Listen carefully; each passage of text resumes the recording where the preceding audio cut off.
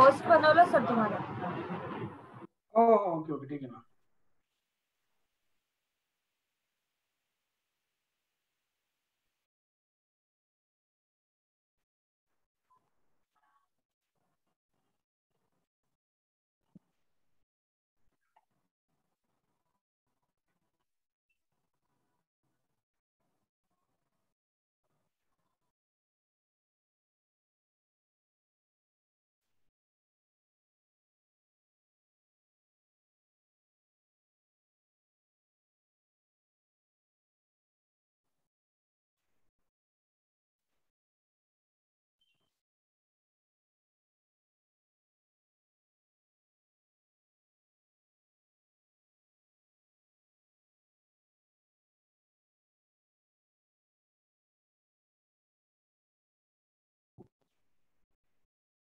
आजचा आपला टॉपिक असणार आहे भारताचा आंतरराष्ट्रीय व्यापार हा आपण चॅप्टर डिस्कस करणार आहोत. आफ्टर लॉंग टाइम आपले लेक्चर होते आज. ठीक आहे. So it's long gap. So around July August मध्ये आपले काही लेक्चर झाले होते.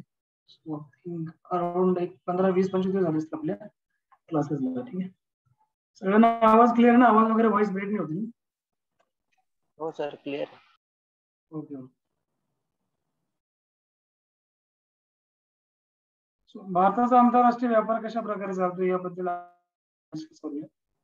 आंतरराष्ट्रीय व्यापारांमध्ये भारत कोणाशी कोणत्या देशाशी जास्त व्यापार करतो? किती % व्यापार भारताचा होतो around across the year around the year? ठीक आहे. त्यामध्ये इम्पोर्ट आपण किती करतो, एक्सपोर्ट आपण किती करतो हे पण आपण याच्यामध्ये बघणार आहोत. Import export. ओके. आता अशा प्रकारे आपण याच्यामध्ये जर बघितलं की आंतरराष्ट्रीय व्यापार आता इंटरनॅशनल ट्रेड आपण त्याला म्हणतो. मग त्याच्यामध्ये भारताला कधी कधी घाटा पण होतो, कधी कधी बेनिफिटही होतो. ठीक आहे. याबद्दल आपण डिस्कस करूया की सरप्लस आपला कुठे आहे आणि आपण म्हणजे मायनस कुठे आपण जातो त्याच्यामध्ये. ठीक आहे. तर असं नाही की balance of payment, balance of trade हे जे क्रायसिस आहेत हे आंतरराष्ट्रीय व्यापार जेव्हा भारत करतो इतर देशांची त्याच वेळेस balance of payment, balance of trade हे जे क्रायसिस आहेत ते त्यावेळेस वरती येतात, उद्भवतात. ठीक आहे. सो या अकॉर्डिंग तुम्हाला मी ऍक्च्युली चॅप्टरचं नाव ऍड करायचं विसरलो. ठीक आहे. त्याचं आपण कंटेंट पुढे घेऊया. सो यामध्ये अर्थ, व्याख्या व प्रकार आपण बघणार आहोत. आता जर आपण एन्शियंट टाइम जर बघितला, प्राचीन काळापासून जर आपण बघितलं तर भारत हा इतर देशांशी व्यापार करतोय मोठ्या प्रमाणात. आता सध्या तो जास्त वाढलेला आहे कम्पेअर टू अर्लियर. पहिले तर भारताचा व्यापार जसं राजे महाराजे होते ते करायचे. त्यानंतर ब्रिटिश सत्ता आली. ब्रिटिश सत्ता मग त्यांनी सुरुवात केलं. ठीक आहे. सो त्या प्रकारे यानुसार आधुनिक काळात तर विदेशी व्यापार हा आधुनिक अर्थव्यवस्थेचा एक अविभाज्य घटकच बनला आहे. त्यानंतर आधुनिक वाहतुकीच्या साधनांमुळे विविध देश एकमेकांच्या जवळ येऊन संपूर्ण जग ही एक बाजारपेठ बनलेली आहे. ठीक आहे. सो या प्रकारे तुम्ही बघितलं. आणि अजून जास्त आंतरराष्ट्रीय व्यापार कधी वाढला कोणी सांगेल का मला? कोणत्या सालापासून सगळ्यात जास्त फॉरेन ट्रेड वाढला भारतात? जिथं खूप म्हणजे आंतरराष्ट्रीय लेवलचे काही बरेचसे कंट्रीज भारतामध्ये इन्व्हेस्ट करण्यासाठी येऊ लागले. काही देश जे होते आपले आपण पण बऱ्याच देशामध्ये इन्व्हेस्ट करायला सुरुवात केली होती. कोणत्या इयर नंतर? एनीवन? सगळ्यात जास्त फॉरेन ट्रेडने पिकअप कधी पकडला होता?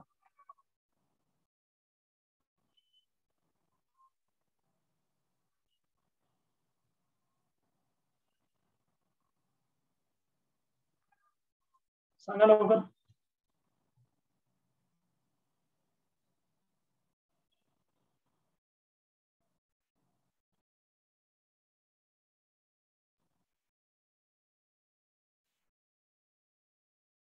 कुठल्या सालापासून सगळ्यात जास्त आंतरराष्ट्रीय व्यापार वाढला भारताचा?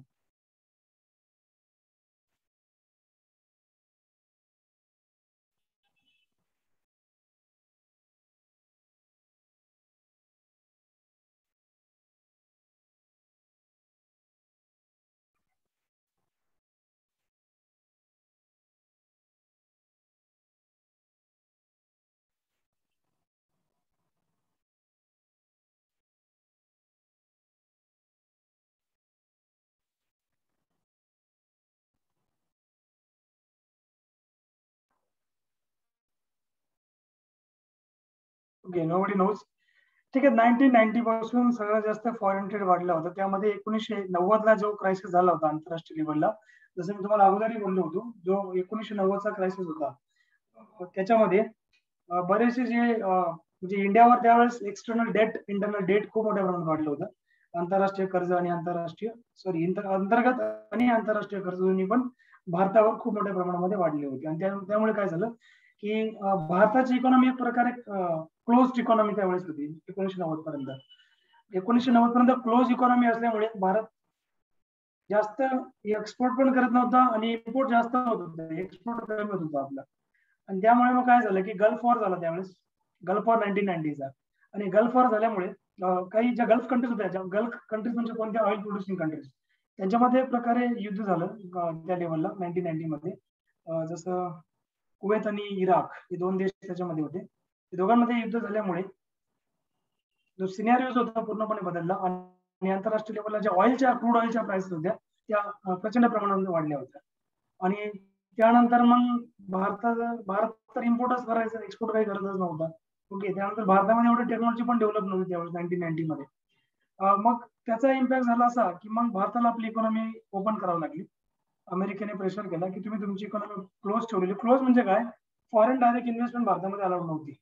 ठीक आहे, एफडीआय त्याला म्हणतो आपण. भारतामध्ये अलाउड नव्हता एफडीआय, त्यामुळे फॉरेनच्या कंपन्या भारतामध्ये येत नव्हत्या. भारतामध्ये येत नव्हत्या, मग भारतीय लोक एकदम बेरोजगार बनलेले होते त्यावेळेस. आणि एक प्रकारे गव्हर्नमेंटला त्यावेळेस भीती होती की फॉरेन इन्व्हेस्ट करणार इंडियामध्ये आणि कुठे ना कुठे मग परत ते कंडिशन्स क्रिएट होणार की जसं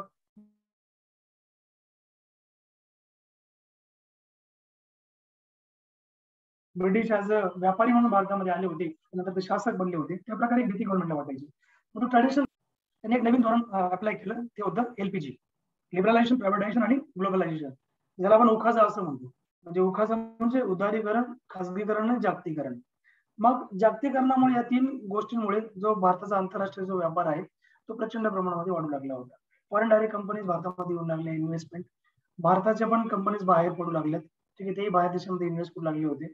आणि तिथूनच भारताच्या इकॉनॉमीला एक प्रकारे काय म्हटली, एक गती मिळाली होती 1990 नंतर. तुम्ही बघू शकता 1990च्या अगोदर काय हाल होती, त्यानंतर काय परिस्थिती क्रिएट झाली होती. मग प्राचीन काळापासून जगातील विविध देशांचा इतर देशांशी व्यापार जो होता हा चालत आलेला आहे. आधुनिक काळात तर विदेशी व्यापार हा आधुनिक अर्थव्यवस्थेचा एक अविभाज्य घटकच बनला आहे. सो आधुनिक वाहतुकीच्या साधनांमुळे विविध देश एकमेकांच्या जवळ येऊन संपूर्ण जग ही एक बाजारपेठ बनलेली आहे. सो व्यापाराचे प्रामुख्याने दोन भागात वर्गीकरण केलं जातं. नंबर 1 आहे अंतर्गत व्यापार किंवा आंतरदेशीय व्यापार, इंटरनल ट्रेड आपण म्हणतो. ठीक आहे, सो अंतर्गत व्यापाराचे उपप्रकार म्हणजे कोणते, मग पहिला आहे घाऊक व्यापार, ज्याला होलसेल ट्रेड आपण म्हणतो. दुसरा आहे किरकोळ व्यापार, रिटेल ट्रेड आपण त्याला म्हणतो. तुम्ही जर बघितलं की व्यापाराचे हे दोन प्रामुख्याने घटक आहेत. एक आहे अंतर्गत व्यापार, अंतर्देशीय व्यापार, दुसरा आहे विदेशी किंवा आंतरराष्ट्रीय व्यापार. ठीक आहे, हे दोन प्रकार आहेत. मग आता याच्यामध्ये आपण जो पहिला जो आहे तो हा आपण बघणार आहोत. इंटरनल ट्रेड म्हणजे जो देशामध्ये होणार. इंटरनल ट्रेड म्हणजे काय, राज्यामध्ये जो व्यापार होणार त्याला आपण इंटरनल ट्रेड म्हणतो. ओके, त्याला आपण काय म्हणतो, इंटरनल ट्रेड म्हणतो. सो या प्रकारे ते बघणार आपण. त्यानंतर आपण होलसेल, नंतर आपण फॉरेन विदेशी किंवा एक्सटर्नल ट्रेडला आपण जो आपण देशांमध्ये करणार.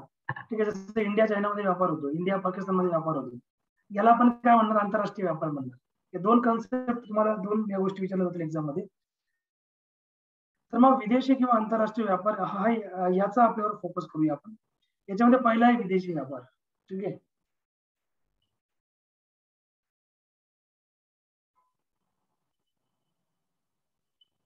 विदेशी व्यापार. आता विदेशी व्यापार म्हणजे काय, विदेशी व्यापार म्हणजे दोन भिन्न राष्ट्रातील व्यक्तींची एकमेकांशी वस्तू व सेवा, गुड आणि सर्व्हिसेस या संबंधीची देवाघेवाण करणे. ठीक आहे, गुड्स अँड सर्व्हिसेस म्हणजे काय, वस्तू आणि सेवा. म्हणजे समजा आपण आता वस्तू आणि सेवा कशी आहे, एक्झाम्पल तुम्हाला सांगतो. समजा अमेरिकेने ऍपल मोबाईल बनवला. ठीक आहे, तो भारतामध्ये काय केलं त्यांनी, एक्सपोर्ट केला, आपण त्यांच्याकडून इम्पोर्ट केला. म्हणजे काय झालं, वस्तूंची देवाणघेवाण. त्या बदल्यात आपण त्यांना मायक्रोमॅक्स तयार करून दिला अमेरिकेला. तर अमेरिका मायक्रोमॅक्स वापरणार का त्यांच्याकडे जर ऍपल आहे तर? ठीक आहे, सो ऑब्विस आहे, म्हणजे करू शकता असं काही नाही. समजा त्यांनी जर आपल्याकडे ऍपल आणला तर आपण त्यांना टेक्नॉलॉजी देणार. ठीक आहे, किंवा आपण त्यांना काय देणार, मेडिसिन देणार. कारण भारत नंबर 1 आहे मेडिसिनचं एक्सपोर्ट करण्यामध्ये. त्यानंतर मग आयटी सेक्टरमध्ये आयटीचं काही आपण सॉफ्टवेअर वगैरे सेल आउट करतो, त्याच्यामध्ये भारत 2 नंबरला आहे. ओके, सो आयटी आणि मेडिसिनच्या प्रोडक्ट्स मध्ये. तर मग त्यांनी काय केलं की आपल्याला काय केलं, ऍपल मोबाईल इकडे पाठवलं आणि आपण त्यांना मेडिसिनचे प्रोडक्ट दिलेत. म्हणजे गुडचं काय झालं, वस्तूंचं देवाणघेवाण झाली. बरोबर की या प्रकारे. त्यानंतर मग सर्व्हिसेस मध्ये काय ना, सर्व्हिसेस मध्ये बघा, जसं की मॅन पॉवर. मग आता एखादा व्यक्ती समजा IT फील्ड मधून काही इंजिनिअरिंग केली असेल, तो अमेरिकेला गेला, काही कॉन्ट्रॅक्ट बेसवर गेला असेल फॉर द जॉब. त्यानंतर युनिव्हर्सिटी मधून काही बघा, तुम्ही बघितलं असेल काही प्रोफेसर्स वगैरे पण फॉरेन कंट्रीला जातात. ठीक आहे, जे PhD त्यांची झालेली असते, MPhil झालेलं असतं त्या प्रकारे.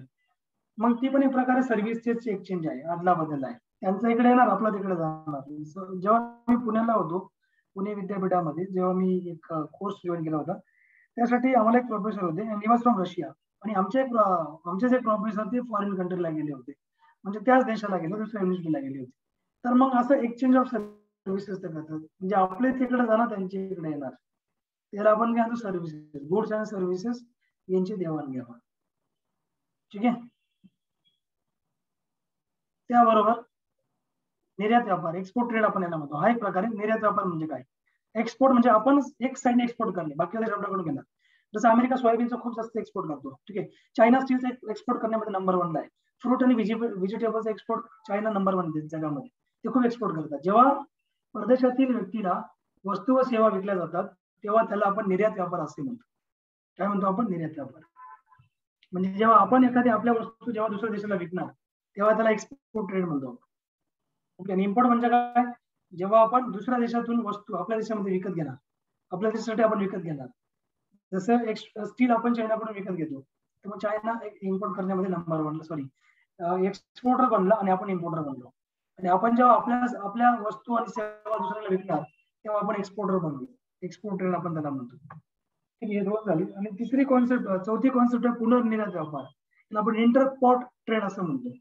जेव्हा परकीय वस्तू अगर सेवांची खरेदी स्वदेशामध्ये विक्री न करता इतर देशांना पुरवण्यासाठी केली जाते, तेव्हा त्या व्यवहारांना पुनर्निर्यात व्यापार असे म्हणतात. याचं बेस्ट एक्झाम्पल आहे, जेव्हा काही व्हॅक्सिन्स वगैरे आपण तयार केल्या बघा, इंडियाने, सगळ्यात पहिले इंडियाने व्हॅक्सिन तयार केल्या होत्या. तर व्हॅक्सिन आपण कुठे विकल्या, आपल्या लोकांना न देता आपण फॉरेन कंट्रीजला विकल्या होत्या. बरोबर आहे की नाही. त्याला आपण एंट्रीपोर्ट ट्रेड असं म्हणतो. काय म्हणतो आपण, एंट्रीपोर्ट ट्रेड असं म्हणतो. म्हणजे आपल्या लोकांना स्वदेशामध्ये न विकता आपण त्या फॉरेनला विकले. आणि याच्या मागे रिझन असं असतं की ऍक्च्युली की त्या देशांनी आपलं वावा केली पाहिजे, आपलं नाव आलं पाहिजे, आपण आपली थोडी पॉवर वाढली पाहिजे, आंतरराष्ट्रीय लेवल आपला दबदबा वाढला पाहिजे, हे त्यामागे उद्देश असतात. पण याचा अर्थ असा नाही की मग त्याच्यामुळे आपल्या म्हणजे लोकांचं नुकसान होईल. ठीक आहे. So that should not happen. So अशा प्रकारे लंडन, हाँगकाँग, सिंगापूर इत्यादी जे बंदरे आहेत, हे पुनर्निर्यात व्यापाराची प्रमुख केंद्रे आहेत. अशा बंदरांवर माल चढ उतार करण्याच्या, माल साठवण्याच्या खास सोयी केल्या जातात. ठीक आहे. जस्ट मोमेंट, मी थोडा वॉटर ब्रेक घेतो.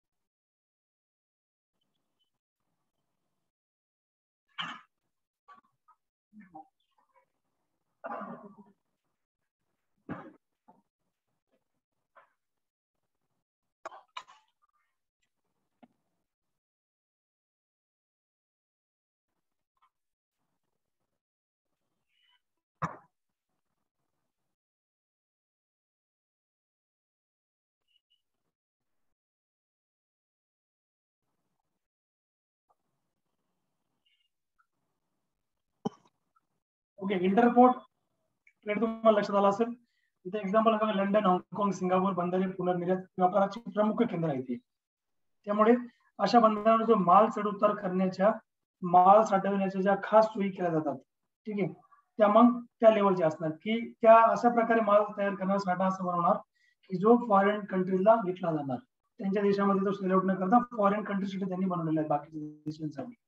ठीक आहे. मग ती वस्तू महाग पण असू शकते, कारण ते स्पेसिफिक प्रोडक्ट ते बनवणार, ते त्या देशामध्ये क्रिएट होत आहे. ठीक आहे. त्या प्रकारे इथपर्यंत काय डाऊट, क्वेश्चन्स,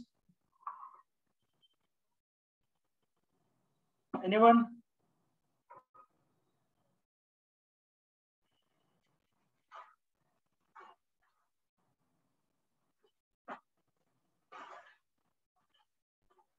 नो सर.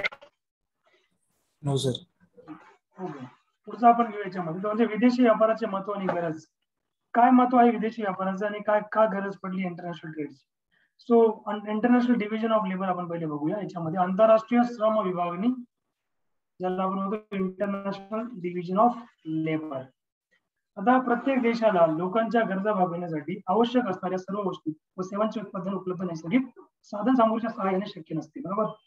आपण त्याला काय करणार, त्याच्याने काय होणार मग उपलब्ध म्हणजे शक्य नसते. मग उपलब्ध नैसर्गिक संपत्तीची जी उपयुक्तता आहे ती लक्षात घेऊन काही विशिष्ट प्रकारच्या वस्तूंच्या उत्पादनात विशेषीकरण, ज्या प्रकारे स्पेशलायझेशन साधने व त्या वस्तूंचे अधिक उत्पादन करून त्यांच्या मोबदल्यामध्ये इतर वस्तू प्रदेशातून आयात करणे हितकारक ठरते. यालाच आंतरराष्ट्रीय श्रम विभागणी असे म्हणतात. याचा बेस्ट एक्झाम्पल तुम्हाला सांगतो मी, जसं की रशिया, चायना, त्यानंतर अमेरिका, त्यानंतर ब्रिटन, फ्रान्स, जर्मनी. ठीक आहे, हे अशा कंट्रीज आहेत ना की याचं स्पेशलायझेशन म्हणजे उत्पादनामध्ये विशेषीकरण हे कंट्री साधूनच ते प्रोडक्ट वगैरे तयार करतात, नंतर त्याला एक्सपोर्ट करतात. इंटरनॅशनल डिव्हिजन ऑफ लेबर प्रत्येक देशाला लोकांच्या गरजा भागवण्यासाठी आवश्यक असणाऱ्या सर्व वस्तू व सेवांचे उत्पादन जे आहे ते उपलब्ध नैसर्गिक साधनसामुग्रीच्या सहाय्याने शक्य नसते. म्हणजे आता समजा भारतामध्ये असं आहे का की सगळ्या वस्तू सगळं काही प्रोडक्ट आहे ते भारतामध्येच तयार होत आहे, असं आहे का की आपल्याला कोणत्या देशाची गरजच नाही पडणार की आपण सगळं आपलं आपलं तयार करणार नाही. जसं आपण पेट्रोल तयार करत नाही, बरोबर, ऑइल आपण तयार करत नाही, आपण ते काय करतो एक्सपोर्ट इम्पोर्ट करतो. आपण ज्या आखाती देश आहेत गल्फ कंट्रीज त्यांच्याकडून आपण ऑइल क्रूड ऑइल काय करतो इम्पोर्ट करतो, म्हणजे ते आपल्या देशामध्ये तयार नाही होत. त्यानंतर त्यांच्या देशामध्ये पाणी तयार होत नाही, म्हणजे पाणीची मात्रा कमी, मग आपण त्यांना पाणी प्रोव्हाइड करतो ते आपल्याकडे, किंवा मग आपण त्यांना बाकीचे जे काही आपले प्रोडक्ट आहे प्रोव्हाइड करतो. ठीक आहे, अशा प्रकारे. त्यानंतर मग यालाच आपण काय म्हणणार, याला म्हणतो आंतरराष्ट्रीय श्रम विभागणी असं म्हणतात. आंतरराष्ट्रीय श्रम विभागणी म्हणजे एक प्रकारे एखाद्या देशामध्ये एखादी पर्टिक्युलर वस्तू बनणार आणि ते त्या गोष्टीला एक्सपोर्ट करणार. म्हणजे ते समजा आपल्याकडे पेट्रोल नाही बनत किंवा आपल्याकडे अशा बऱ्याचशा म्हणजे आपण तुम्ही बघू शकता तसं ऑडी कार आपल्याकडे बनत नाही किंवा मर्सिडीज आपल्याकडे बनत नाही, मग ते तिथेच बनणार, तिथेच त्यांचं सगळं काही अवेलेबिलिटी टेक्नॉलॉजी त्यांच्याकडे तिकडेच आहे. ठीक आहे, त्यांचा उगमच तिकडे आहे. सो त्या प्रकारे ते आपल्याकडे काय करणार, फक्त एक्सपोर्ट करणार. ठीक आहे, आपण त्यांच्याकडून काय करणार बाय करणार, ते आपल्याला फॉर्म्युला देणार का नाही देणार, किंवा त्यांचे नैसर्गिक संसाधन आपण उचलून आपल्याकडे आणणार का नाही आणू शकत. त्यामुळे जे काही तयार होणार ते त्यांच्याचकडून तयार होणार. सो अशा प्रकारे ते आपल्याला इम्पोर्ट करायचं आणि आपण जे तयार करणार ते त्यांच्याकडे नसणार, आपण त्यांना एक्सपोर्ट करायचं. म्हणजे इंटरनल अशा प्रकारे लेबर जो आहे तो डिवाइड होणार. ओके, मग विकसनशील देशात मुळातच यंत्रसामुग्री, तुम्हाला आताच मी सांगितलं, यंत्रसामुग्री तंत्रज्ञानाचा काय अभाव आहे. म्हणजे आपल्याकडे टेक्नॉलॉजी, आपल्याकडे तंत्रज्ञान या गोष्टींची कमतरता आहे. आता मी तुम्हाला सेल गॅस सांगतो. सेल गॅसचं सगळ्यात जास्त उत्पन्न कुठे केलं जातं, सेल गॅस अमेरिकेमध्ये. का, आणि आपल्याकडे सेल गॅस नाही असं नाही, आपल्याकडे सेल गॅस नाही, पण आपल्याकडे ती टेक्नॉलॉजी नाहीये की त्याला आपण कसं एक्स्ट्रॅडिट करायचं. ती टेक्नॉलॉजी भारताकडे आहेच नाही. ती टेक्नॉलॉजी अमेरिकेकडे आणि अमेरिका कोणाला देत नाही. अमेरिका सेल गॅसच्या प्रोडक्शन मध्ये बाप एक जगातला म्हणजे म्हणतो ना, he is the father in the production of shale gas. ठीक आहे, त्यापासून बऱ्याचशा म्हणजे चांगल्या चांगल्या गोष्टींना फायदा होतो. त्या प्रकारे म्हणजे यंत्रसामुग्रीचा ऑब्विस काय, विकसनशील देश म्हणजे भारत याच्यामध्ये आहे. विकसनशील देशाचा अर्थ काय होतो, कोण सांगेल मला सांगा. विकसनशील देश म्हणजे काय.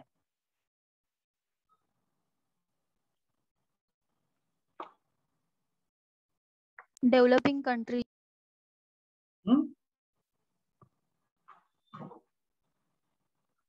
बोलता बोलताच नाही बंद केला, काय सांगितलं आन्सर.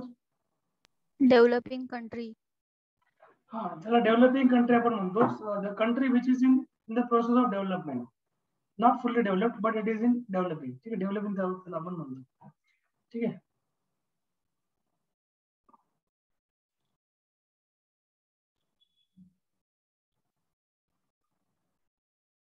आणि डेव्हलप्ड म्हणजे डेव्हलपिंग मध्ये चायना, इंडिया, त्यानंतर एशियातल्या बऱ्याचशा कंट्रीज आहेत त्याच्यामध्ये. ओके, सो पाकिस्तान, त्यानंतर बांगलादेश, एक्सेट्रा. ओके, त्यानंतर विकसनशील देशात मुळातच यंत्रसामुग्री तंत्रज्ञानाचा अभाव असल्याने एकंदर उत्पादन जे आहे ते क्षमताच कमी राहते.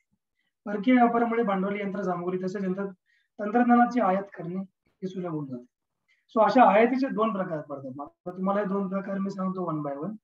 त्यांनी म्हटलेलं आहे की परकीय व्यापारामुळे भांडवली यंत्रसामुग्री, परकीय व्यापार म्हणजे जो फॉरेन ट्रेड आपण त्याला म्हणतो. फॉरेन ट्रेडमुळे काय होतं की भांडवली यंत्रसामुग्रीची तसेच तंत्रज्ञानाची आयात करणे सुलभ होऊन जाते. मग आपण परकीय व्यापार त्यामुळेच करतो ना की आपल्याला समजा एखादी टेक्नॉलॉजी पाहिजे एखाद्या देशाकडून, ती आपण लगेच इकडे घेऊ शकतो. आता तुम्हाला सांगतो मी की आता एखादी गोष्ट कॉपी करणं खूप अवघड नाहीये. It is very easy. Something can be easily copied. Okay, so त्या प्रकारे जसं आता क्रेटा कार होती, क्रेटा कारचा जो आकार आहे तो इमिजिएटली कियाने कॉपी केला. ठीक आहे, मग कियाची किंमत क्रेटापेक्षा थोडी कमी आहे. सो मग अशा प्रकारे म्हणजे लगेच कॉपी करतात. कॉपी करणं काही अवघड नाहीये. एखादं इंग्लिश ग्रामरचं पुस्तक तयार करतो, दुसरं पण तयार करणार तसंच. थोडं एक्झाम्पल वेगळं देणार, रूल्स सेम देणार, म्हणजे काय झालं, कॉपी झाली. बरोबर. म्हणजे आजकाल जगामध्ये कॉपी लगेच मिळून जाते एखाद्या याची. पण आपल्याला काय करते, एखाद्या देशामधून जर समजा अशा प्रकारे गोष्ट आणायची आहे, म्हणजे इंटेलेक्च्युअल प्रॉपर्टी राईट्स मी तुम्हाला सांगत नाही, ते वेगळा पॉईंट आहे.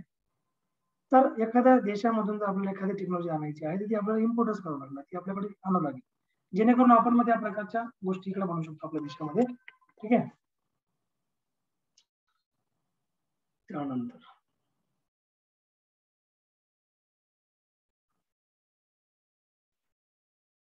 आता विकसनशील आयात, याला आपण काय म्हणतात? विकसनशील आयात म्हणजे काय? Development imports.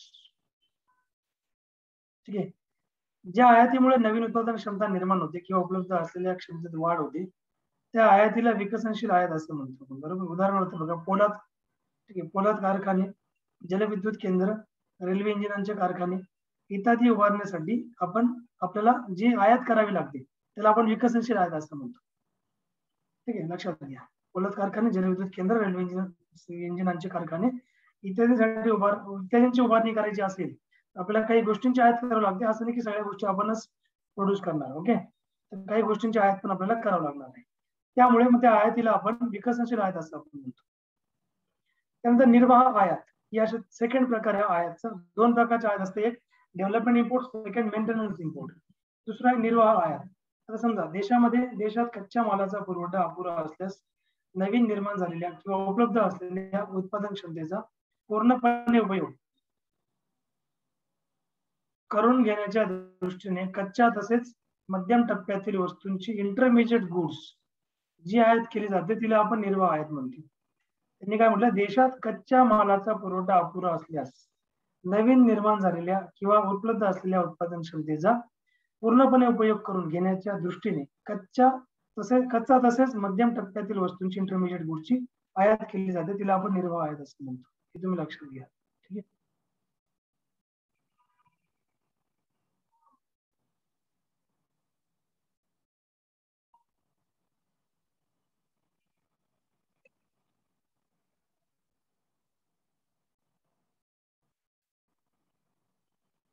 त्यानंतर 3 नंबर, परकीय व्यापारामुळे वस्तूंच्या किमती अल्पावधीत कमी जास्त होण्याची प्रवृत्ती टाळता येते. ओके, परकीय व्यापारामुळे काय होतं की बघा, म्हणजे फायदे काय, बेनिफिट्स काय, गरज काय, महत्व काय, हे महत्व आपण बघतोय. परकीय व्यापार असल्यामुळे काय होणार की वस्तूंच्या किमती ज्या आहेत ना अल्पावधीत कमी जास्त होण्याची प्रवृत्ती टाळता येते आपल्याला. देशांमधील उत्पादन विशेषीकरणाचा लाभ सर्व देशांना होऊन देशांतर्गत नैसर्गिक साधनांचा पुरेपूर उपभोग आपण म्हणतो बेटर यूज शक्य होतो. त्यानंतर विविध देशात सांस्कृतिक देवाणघेवाण होऊन एकमेकांशी आर्थिक संबंध व स्नेह संबंध निर्माण होतात. सो परकीय व्यापाराचे संघटन ते आपण पुढे बघू शकतो. महत्व आणि गरज होती, सो ती ऍज इट इज दिलेली आहे, सो त्यामध्ये आपल्याला काही घ्यायची गरज नाही. त्यानंतर एजन्सी ऑफ फॉरेन ट्रेड. आता फॉरेन ट्रेडचे एजन्सीज कुठल्या असतात, तुम्हाला काही पॉइंट्स मी असे घेऊन पण देतो जे मी ऍक्च्युअली ऍड नाही केले पीपीटी मध्ये. So I can write on the screen तुम्हाला समजण्यासाठी.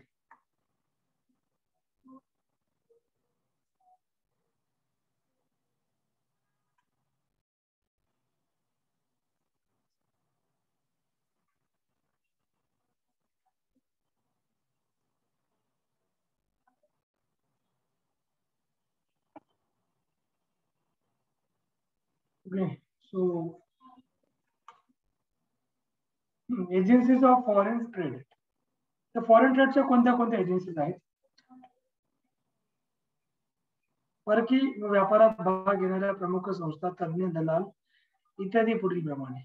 ठीक आहे. सो नंबर 1 आहे त्याच्यामध्ये मध्यस्थ गृह, त्यानंतर आयात गृह. So Indian houses. परदेशातून आपल्या देशातील आयातदारांच्या वतीने माल आयात करणाऱ्या संस्थांना आपण मध्यस्थ गृह असे आपण म्हणतो. मध्यस्थ गृह, आता इथे थोडं एक मिनिट एडिट करून देतो.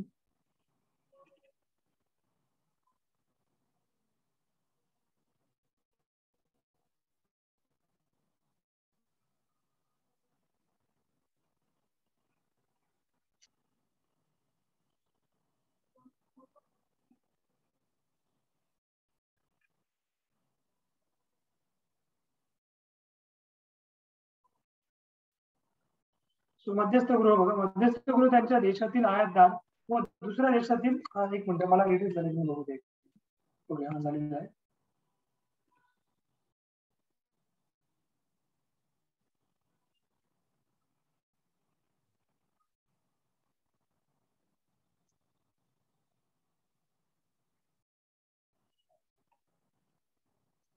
ठीक आहे. सो मध्यस्थ गृह त्यांच्या देशातील आयातदार व दुसऱ्या देशातील निर्यातदार यांच्यामध्ये मध्यस्थीचं काम करतात. मध्यस्थ गृह आपण त्याला म्हणतो.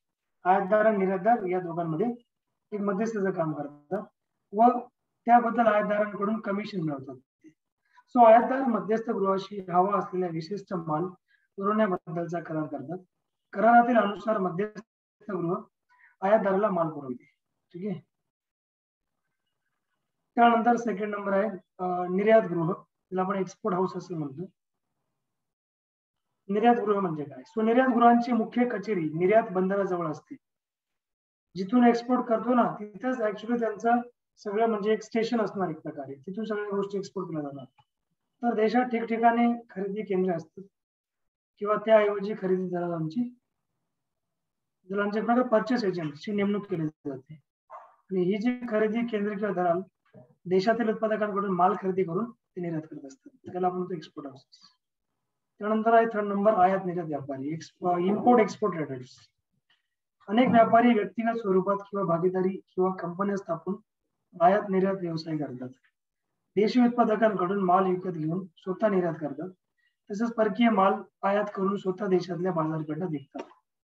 ठीक आहे. याला आपण म्हणतो import export traders. Import export म्हणजे काय? आयात निर्यात करणारे. या बेसिक कॉन्सेप्ट आहेत, याच्यामध्ये काय आपल्याला जास्त डिस्कस करायची गरज नाहीये. सो पुढे जसं आपण पॉईंट्स घेणार त्यावेळेस आपल्याला थोडं जास्त डिस्कस करू लागणार. त्यानंतर आयात निर्यात प्रतिनिधी, इम्पोर्ट एक्सपोर्ट एजंट्स. यांचं काम काय होतं बघा, यांचं आहे कार्य फिरत्या विक्रेत्यांप्रमाणेच असतं यांचं. म्हणजे एखादा कसा एक्सपोर्ट इम्पोर्ट एजंट कसा असतो की जसं समजा आपल्याला एखादी व्यक्ती येऊन भेटला, त्याने सांगितलं आमच्याकडे अशी वस्तू आहे, तुम्ही घेणार का? किंवा आपल्या रेफरन्सने आहे, ठीक आहे, ते तुम्हाला प्रोव्हाइड करते, तुम्ही तसं घेणार का? त्या प्रकारे. सो हे प्रतिनिधी इतर राष्ट्रातील संभाव्य आयातदारांच्या, उत्पादकांच्या तसेच व्यापाऱ्यांच्या भेटी घेतात. ते ज्यांच्या वतीने काम करतात त्यांना त्यांच्या मालाची विक्री करतात. ठीक आहे. ज्यांच्या वतीने काम करतात त्यांच्या मालाची विक्री करणार. सो ते आपल्या मालकाला परदेशी बाजारपेठांमधील घडामोडी वेळोवेळी कळवित असतात. त्यानंतर 5 नंबरचा पॉईंट आहे आयात निर्यात संघटना, इम्पोर्ट एक्सपोर्ट असोसिएशन. एकाच प्रकारच्या मालाचे उत्पादन व व्यापार करणाऱ्या संस्था एकत्र येऊन आपली व्यापार संघटना म्हणजे ट्रेड असोसिएशन स्थापन करतात.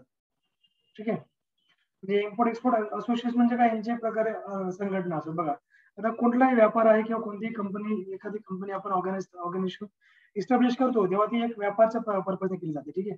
ऑब्व्हियसली त्यांची एक ऑर्गनायझेशन असणार, एक संस्था त्यांची असणार आहे. समजा एखादी कंपनी, त्या कंपनीमध्ये कशा प्रकारे युनियन असतात, त्या कंपनीचे युनियन असतात. त्या प्रकारे याला आपण अशाच प्रकारे इम्पोर्ट एक्सपोर्ट पण असोसिएशन असतात. एकाच प्रकारच्या मालाचे उत्पादन व व्यापार करणाऱ्या संस्था एकत्र येऊन आपली व्यापार संघटना म्हणजे ट्रेड असोसिएशन स्थापन करतात आणि त्यामार्फत हव्या असलेल्या मालाची एकत्रित आयात किंवा आपल्या स्वतःच्या मालाची एकत्रित निर्यात करतात आणि त्यामुळे त्यांना अनेक फायदे मिळतात. उदाहरणार्थ बघा, योग्य किमतीला व अटी सवलतींवर माल मिळणे, वाहतुकीच्या खर्चात बचत इत्यादी. सो याला आपण म्हणतो इम्पोर्ट एक्सपोर्ट असोसिएशन. त्यानंतर नंबर 6 पॉईंट आहे उत्पादकांचा निर्यात विभाग, एक्सपोर्ट डिपार्टमेंट ऑफ मॅन्युफॅक्चरिंग. याला म्हणतो उत्पादकांचा निर्यात विभाग, export department of manufacturers. So मोठ्या प्रमाणावर उत्पादन करणाऱ्या कंपन्या स्वतःच्या कंपनीत निर्यात विभाग काढून त्याद्वारे 28 स्वजबाबदारीवर निर्यात करतात आणि या विभागात तज्ञ अधिकाऱ्यांची नेमणूक केली जाते.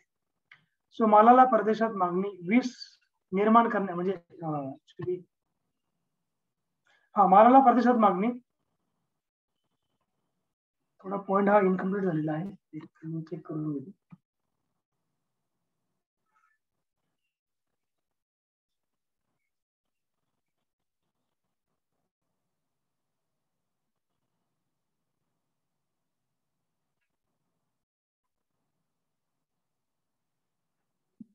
ओके, बरोबर आहे. सो हा जो 20 नंबरचा हा इथे डिजिट आलेला आहे, थोडासा बाय मिस्टेक आलेला आहे. सो मी याला एडिट करतो.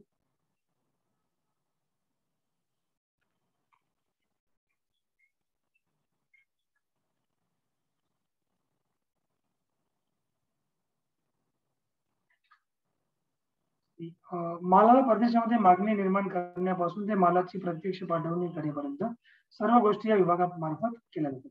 सो याला म्हणतो एक्सपोर्ट डिपार्टमेंट ऑफ मॅन्युफॅक्चरिंग. त्यानंतर भारताचा परकीय व्यापार. सो भारताच्या परकीय व्यापाराचा अभ्यास पुढील 3 बाबींच्या संदर्भात केला जातो. पहिला आहे तो व्हॉल्यूम, परकीय व्यापाराचे आकारमान. दुसरा आहे परकीय व्यापाराची संरचना, कंपोजिशन.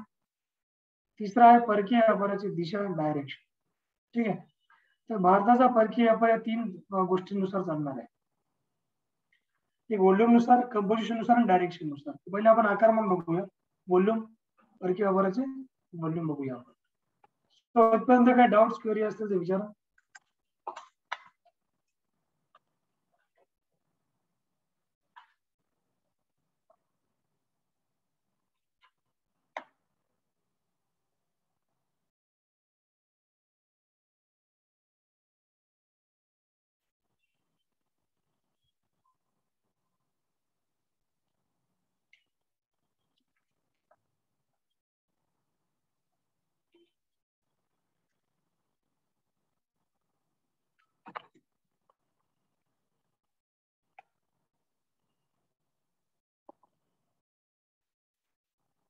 डाऊट्स, क्वेरीज असतील ते विचारा नक्कीच.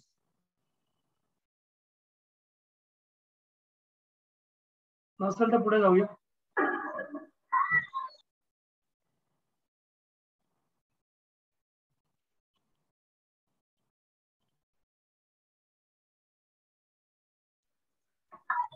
पुढे जाऊया सर.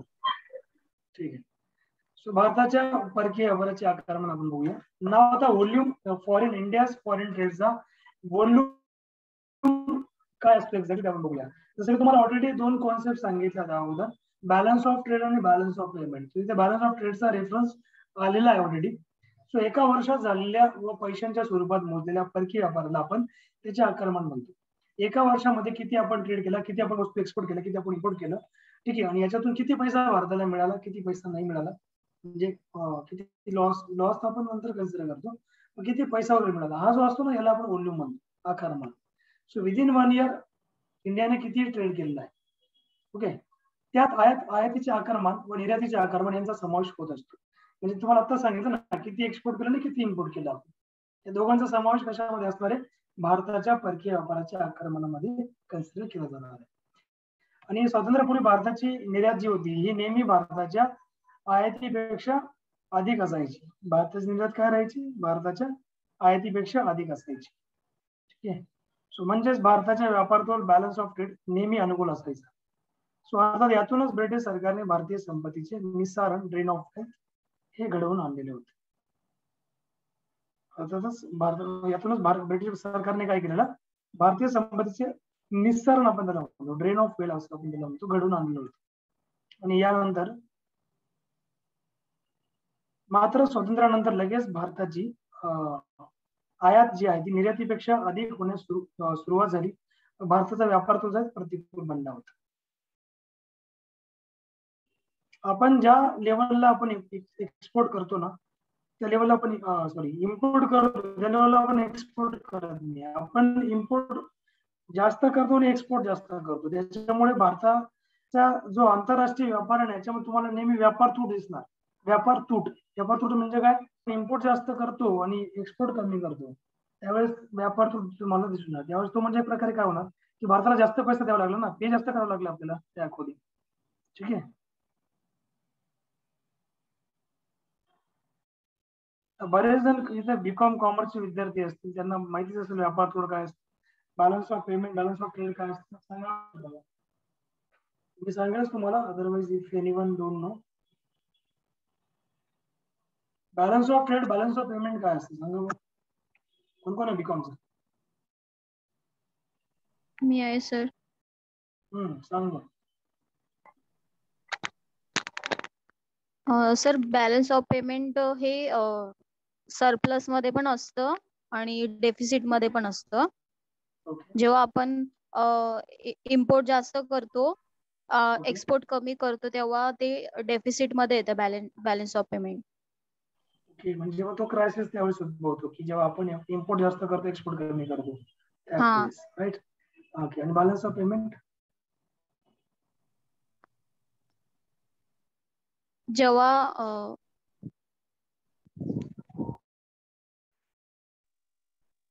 सर एक्सपोर्ट जास्त असेल आणि इम्पोर्ट कमी असेल, तेव्हा सरप्लस मध्ये बॅलन्स ऑफ पेमेंट येतं. ओके. ते डेफिसिट मध्ये नाही जात का? जेव्हा सर इम्पोर्ट आपण जास्त केलं तेव्हा ते डेफिसिट मध्ये जातं. ओके, म्हणजे तो ट्रेड ऑटोमॅटिक बनून जाणार इम्पोर्ट जर जास्त केलं तर. बॅलन्स ऑफ ट्रेड असं तुला म्हणायचं. कारण आपण इम्पोर्ट जास्त केलं म्हणजे काय झालं, बॅलन्स ऑफ ट्रेड कसं ना, म्हणजे बॅलन्स ऑफ ट्रेड डेफिसिट.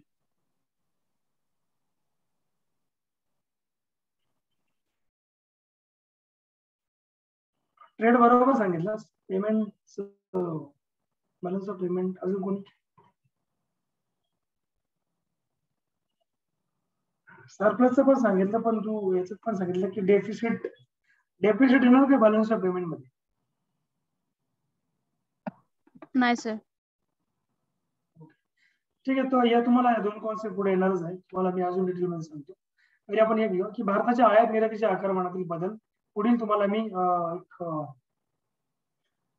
तक्ता आहे, मी तक्ता इथे ऍड नाही केलेला आहे, पण एक चार्ट आहे, त्या चार्ट अकॉर्डिंग तुम्हाला मी सांगतो की कोणत्या वर्षी आपण किती आयात केली आणि किती निर्यात केली होती. सगळ्यात हायएस्ट जी आपण निर्यात केलेली आहे ती 2018-19 मध्ये केलेली आहे. 329.536 बिलियन डॉलर, US डॉलर एवढी आपण एक्सपोर्ट केलेला आहे 18 आणि 19 मध्ये. सो सगळ्यात आतापर्यंतचा हायएस्ट आकडा आहे 18 आणि 19 मधला. 20-21चा डेटा अवेलेबल नाहीये, सो तो पण तुम्हाला मी सांगेलच. आणि व्यापार तोड जो होता, व्यापार तोड हा मायनस मध्ये गेला होता, प्लस मध्ये कुठं आहेच नाही, मायनस झाला. म्हणजे आपण नेहमी मायनस मध्ये आहोत व्यापार तोड, त्याला आपण म्हणतो ट्रेड डेफिसिट. म्हणजे India always at trade deficit, never at trade surplus नेहमी. कारण बघा तुम्ही की आपण एक्सपोर्ट जास्त केले, आयात जास्त केलेली, सॉरी इम्पोर्ट, निर्यात कमी आहे ना. कारण 514.034 एवढी आपण आयात केली, इम्पोर्ट केलं होतं कुठून? सगळ्या कंट्रीज कडून, एवढा टक्का आहे. आणि आपण फक्त एक्सपोर्ट 319.536 केलेलं आहे. सो इट मीन्स व्हॉट, याचा अर्थ असा की आपण सगळं एक्सपोर्ट करतो, इम्पोर्ट कमी, सगळं इम्पोर्ट करतो, एक्सपोर्ट कमी करतो, असं याचं मिनिंग होतं. आणि जेव्हा असं होतं तेव्हा मग त्याला म्हणतात ट्रेड डेफिसिट.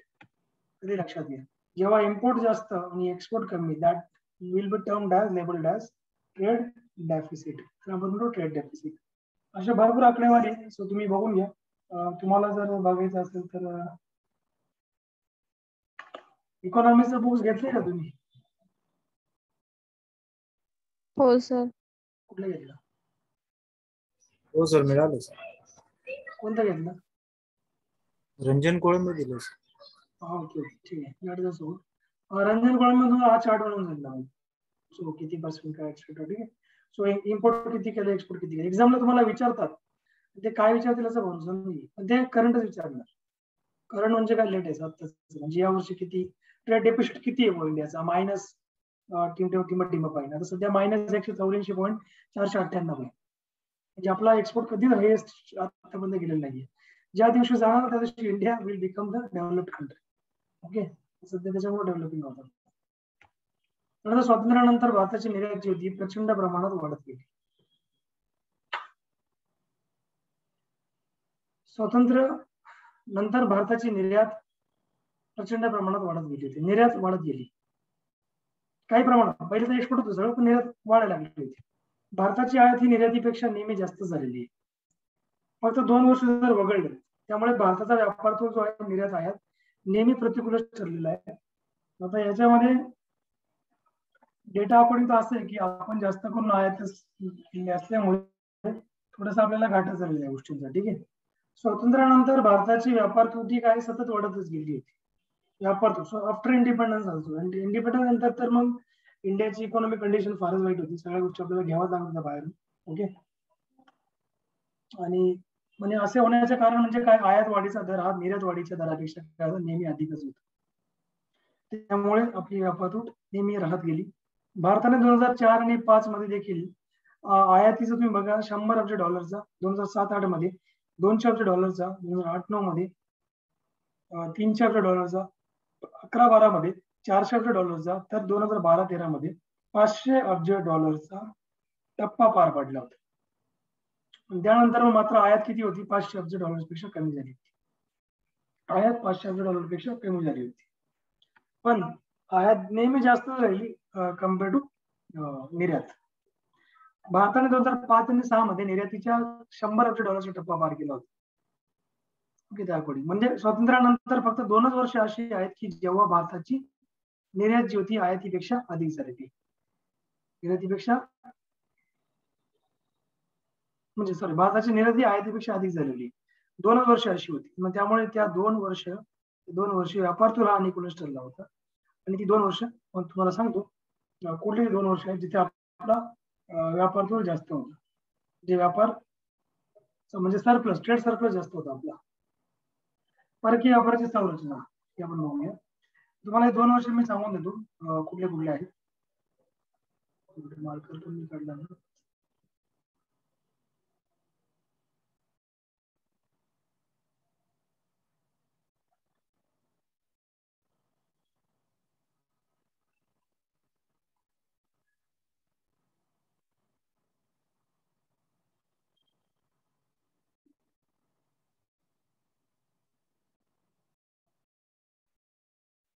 यामध्ये आहे 1972-73,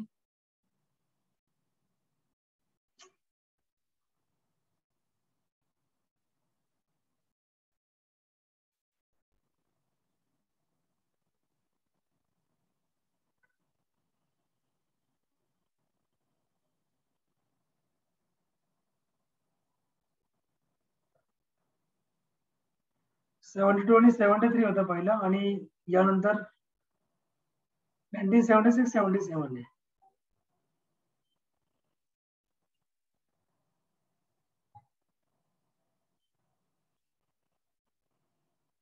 एक्झाम मध्ये हा क्वेश्चन येऊ शकतो तुम्हाला की आपण सगळ्यात जास्त आयात म्हणजे ट्रेड सरप्लस आपला कधी झाला होता, या 2 वर्ष झाला होता. ठीक आहे. सो हे जे 2 वर्ष आहेत इथे तुम्ही बघू शकता, यामध्ये +104 झाला होता, +104 ने आपली निर्यात वाढली होती ॲज कम्पेअर टू इम्पोर्ट, +104. आणि जो सेकंड होता 1976-77 +68.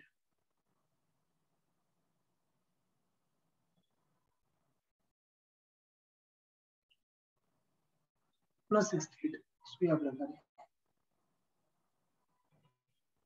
ठीक आहे.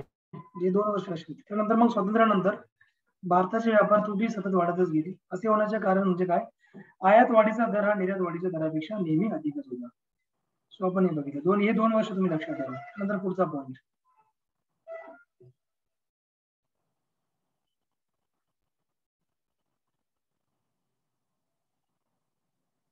परकीय व्यापाराची संरचना. आता संरचना एक्झॅक्टली काय बघा, याचा अर्थ काय, आयातीची संरचना काय एक्सेट्रा. आयातीची व निर्यातीची संरचना म्हणजे भारत कोणकोणत्या वस्तूंची आयात निर्यात करतो व त्या वस्तूंच्या आयातीचे व निर्यातीचे प्रमाण एकूण आयातीपेक्षा किंवा आयातीपैकी व निर्यातीपैकी किती आहे याचा अभ्यास करत असतो. सध्या भारत सुमारे 6,000 वेगवेगळ्या वस्तूंची आयात करतो. किती, 6,000. तर सुमारे 7,500 वेगवेगळ्या वस्तूंची निर्यात करतो. आणि आयातीची संरचना म्हणजे काय, भारताच्या आयातीची सध्याची संरचना तुम्हाला सांगतो मी पुढे कशा प्रकारे ती असणार आहे. ठीक आहे. पहिली बघा, नंबर 1 वस्तू गटांच्या म्हणजे कम्युनिटी ग्रुप. म्हणजे वस्तू गटांच्या म्हणजे कम्युनिटी ग्रुपनुसार या दृष्टीने फाईल जर आपण बघितलं, भारताने 2018-19 मध्ये आयात केलेल्या वस्तूंचे पहिले 3 वस्तू गट पुढीलप्रमाणे आहेत. ठीक आहे. 2004-5 पासून भारताने सर्वाधिक निर्यात अभियांत्रिकी वस्तूंची निर्यात केलेली आहे. यामध्ये बघा नंबर 3 पॉइंट, भारताच्या निर्यातीतील कृषी व खनिज संपत्तीचा वाटा कमी होत गेला, तर उत्पादित वस्तूंचा वाटा वाढत गेला. 4 आहे, अनेक अपरंपरागत वस्तूंच्या निर्यातीचे महत्व वाढत आहे आणि अभियांत्रिकी वस्तू, हस्तकला वस्तू, इलेक्ट्रॉनिक्स वस्तू, सॉफ्टवेअर संबंधित इत्यादी सेवा या वस्तू विकसित देशांकडूनही आयात केल्या जातात. त्यानंतर 5 नंबर, नवीन कृषी धोरणानुसार कृषीजन्य वस्तूंच्या निर्यातीला चालना मिळालेली आहे. जसं की एक्झाम्पल बासमती तांदूळ, फळे, फुलं, भाज्या, त्यानंतर हवाबंद जे अन्न असतं ते एटसेट्रा. सो यांची जी निर्यात आहे, सोयी एक्सपोर्ट बरोबर निर्यात ती वाढतच गेलेली आहे. ठीक आहे. 6 नंबरचा मुद्दा आहे की एक लक्षात घेण्यासारखी बाब म्हणजे काय की पेट्रोलियमच्या पदार्थांची निर्यात ही वाढत आहे. ठीक आहे. निर्यात म्हणतोय मी, पेट्रोलियमच्या पदार्थांची निर्यातची गोष्ट करतोय. ठीक आहे.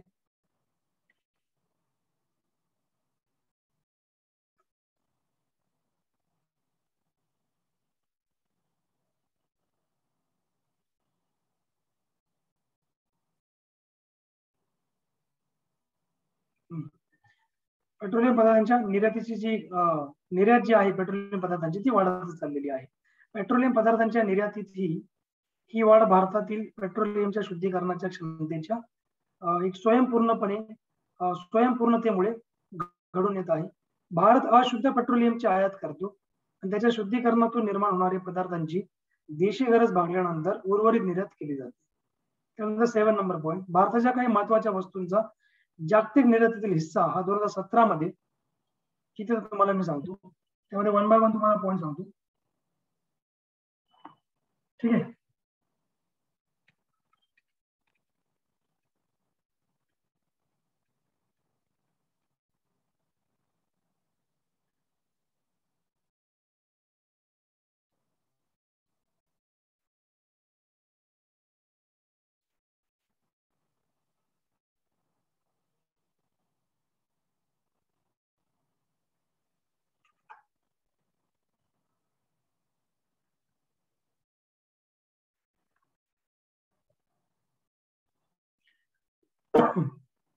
दोन 2017 मध्ये आपण सगळ्यात जास्त जे अन्नधान्य किंवा काही वस्तू असतील जे आपण एक्सपोर्ट केलेले आहे त्याच्यातून काही महत्वाच्या गोष्टींचा समावेश आहे. त्यामध्ये सगळ्यात जास्त आपण तांदूळचा एक्सपोर्ट केला आहे, सगळ्यात जास्त 29.4%.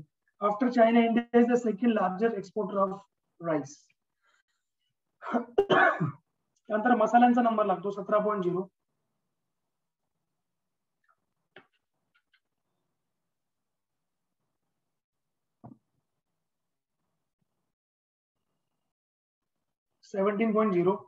मोती, मौल्यवान व अर्ध मौल्यवान खडे 17.0.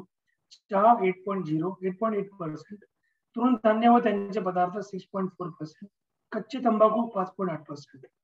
याचं जे एक्सपोर्ट आहे सगळ्यात जास्त आपल्या लिस्ट मध्ये येतं एक्सपोर्टचा इंडियाचा महत्वाचा निर्यात.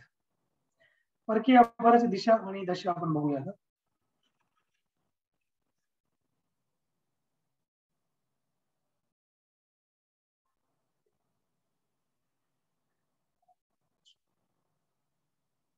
ठीक आहे. सो अर्थ बघा, याचा पहिले आपण अर्थ घेऊया, सो नंतर आपण नेक्स्ट पॉइंटला जाऊया. एक मिनिट.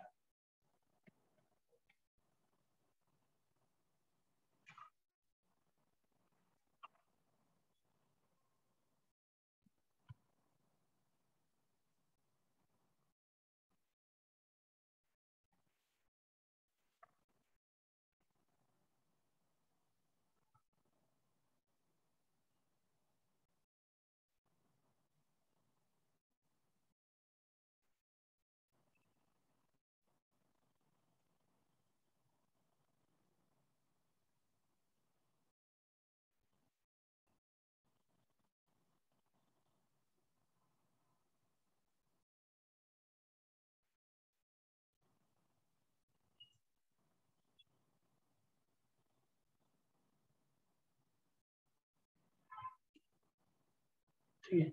सो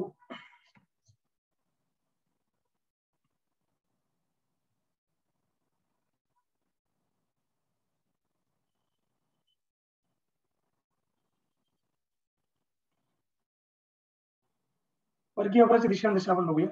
सो आयातीची दिशा म्हणजे काय, भारत कोणकोणत्या देशांकडून आयात करतो, ओके, व त्या देशांकडून येणाऱ्या आयातीचे एकूण आयातीचे प्रमाण किती आहे याचा अभ्यास जो आहे तो याच्यामध्ये केला जातो आपल्याला. सो तसंच निर्यातीची दिशा म्हणजे भारत कोणकोणत्या देशांना निर्यात करतो, त्या देशांना होणाऱ्या निर्यातीचे एकूण निर्यातीचे प्रमाण किती आहे याचा अभ्यास होतो. सध्या भारत सुमारे 200 देशांकडून आयात तर सुमारे 200 देशांना निर्यात करतो. आयात व्यापाराच्या दिशा 2018-19 मध्ये भारताच्या आयातीच्या दिशेबाबत काही महत्वाचे निष्कर्ष आपण पुढीलप्रमाणे बघूया. 2018 आणि 19 साली भारताने 14.034 अब्ज डॉलर इतक्या मूल्याची आयात केली होती. या आयातीचे प्रदेश निहाय वितरण जे पाहिल्यास पुढील उतरता क्रम आपल्याला दिसून येतो. त्यामध्ये नंबर आहे आशिया. एकूण आयातीपैकी 62.1%, युरोप 15.3%, उत्तर व लॅटिन अमेरिका 12.2%, आफ्रिका 8.0%, CIS व बाल्टिक राष्ट्र 1.8% सॉरी. सो या प्रकारे, ठीक आहे. तुम्हाला मी याच्यामध्ये पण काही पॉईंट सांगतो, पण ऍक्च्युली ती इमेज मी कॉपी करण्याचा प्रयत्न करतो पण होत नाहीये.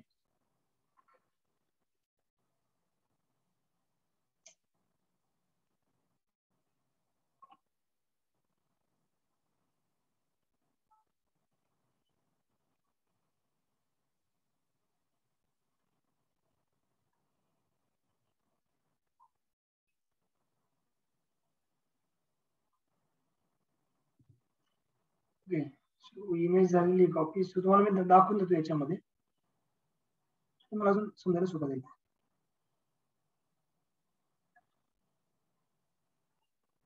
ठीक आहे. तर बघा याच्यामध्ये पुढे तुम्हाला मी एक पुढे कॉपी झाली, ठीक आहे, काही प्रॉब्लेम नाही.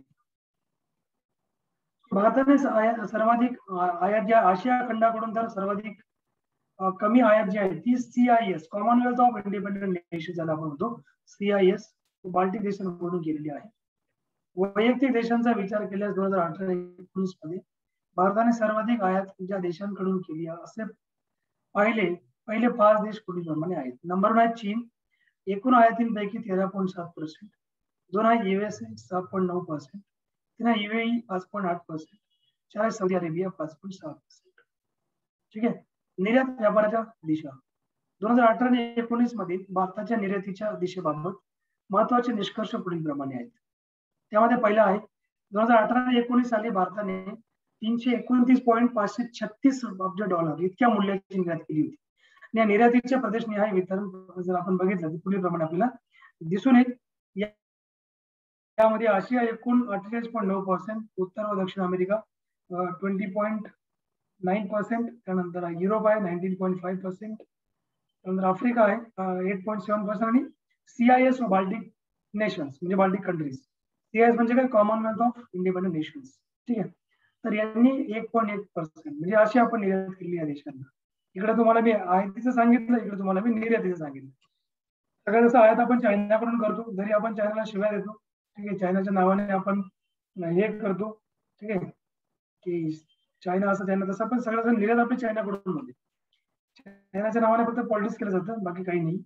So USA 6.9%, UAE 5.8%, Saudi Arabia 5.6%. हे टॉप 4 असे कंट्रीज आहेत जिथून भारत सगळ्यात जास्त इम्पोर्ट करतो. तुम्हाला एक्झामला डायरेक्ट येणार, डायरेक्ट विचारलं जाणार की सगळ्यात जास्त इम्पोर्ट इंडिया कोणत्या 4 देशांकडून करतं.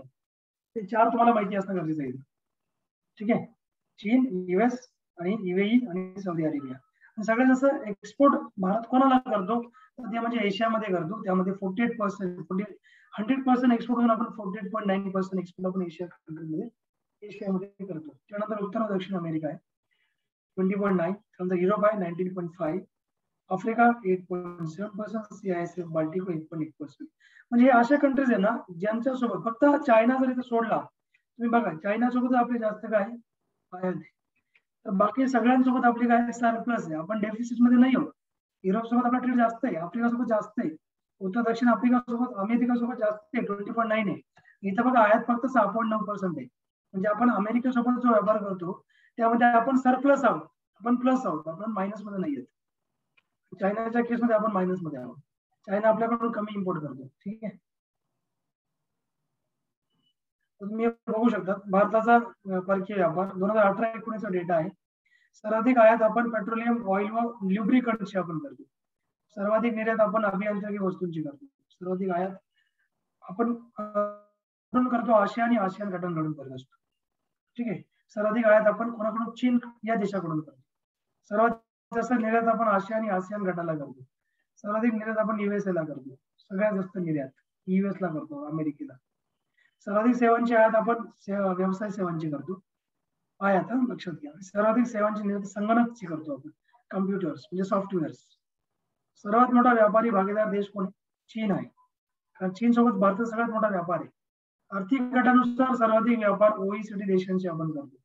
आर्थिक गटानुसार, हे तुम्ही लक्षात घ्या. हा डेटा डायरेक्ट तुम्ही रटून टाका, पाठ करून टाका.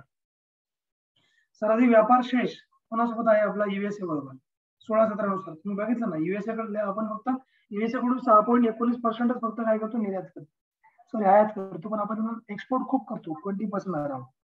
म्हणजे आपला युएस सोबत काय व्यापार शेष आहे, व्यापार म्हणजे ट्रेड सरप्लस आहे. आणि व्यापार आपले चीन सोबत आहे 16-17 नुसार, कारण आपण 13% काहीतरी आपण इम्पोर्ट करतो चीन कडून आणि आपण त्यांना फक्त 4-5% एक्सपोर्ट करतो.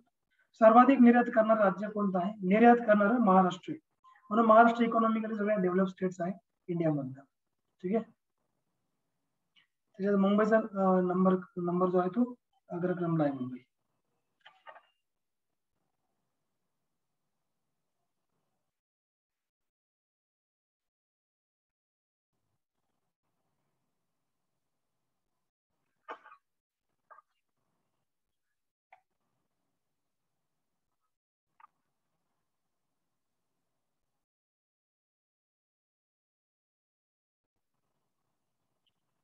आता भारताने सर्वाधिक निर्यात जी आशिया खंडाला केली आहे, कोणाला केली? आशिया खंडाला निर्यात. तर सर्वात कमी निर्यात ही सीआय कॉमनवेल्थ ऑफ इंडिपेंडंट नेशन्सला 1.1% केली आपण फक्त. आणि बाल्टिक देश आहेत, बाल्टिक देश तिकडे रशियाकडे येतात, रशिया जर्मनी त्या साईडला, युरोप साईडला. वैयक्तिक देशांचा विचार जर आपण केला 2018 आणि 19 मधला, तर भारताने सर्वाधिक निर्यात जी आहे अशा देशांना केली. किती देश तुम्हाला मी पुढील प्रकार दिलेला आहे. युएसए सगळ्यात जास्त निर्यात आपण युएसला केली. 2 नंबर युएई ला केली. 3 नंबर चायनाला बघा, 5.1% आहे फक्त चायना. आपण त्यांच्याकडून 13% एक्सपोर्ट करतो, सॉरी इम्पोर्ट करतो. हाँगकाँगला पण आपण एक्सपोर्ट केलेला आहे 3.9% आणि युकेला 2.8%. देशांच्या आर्थिक गटानुसार जर आपण बघितलं, भारताचा सर्वाधिक आयात व निर्यात व्यापारामध्ये जे OECD organisation of economic cooperation and development या गटातील राष्ट्रांशी आहे. हा एक विकसित राष्ट्रांचा गट असून त्याचे युएस, पश्चिम युरोपीय देश, कॅनडा, जपान, ऑस्ट्रेलिया यासारखे सदस्य राष्ट्र आहेत. मात्र भारताचे ओईसीडी गटांशी होत असलेल्या आयात निर्यात व्यापाराचे प्रमाण कमी होत आहे, हे तुम्ही लक्षात घ्या. सेवांचा परकीय व्यापार जर आपण बघितला, हा एक इम्पॉर्टंट पॉईंट आहे, की पॉईंट आहे. सो आपण बघूया सेवांचा परकीय व्यापार.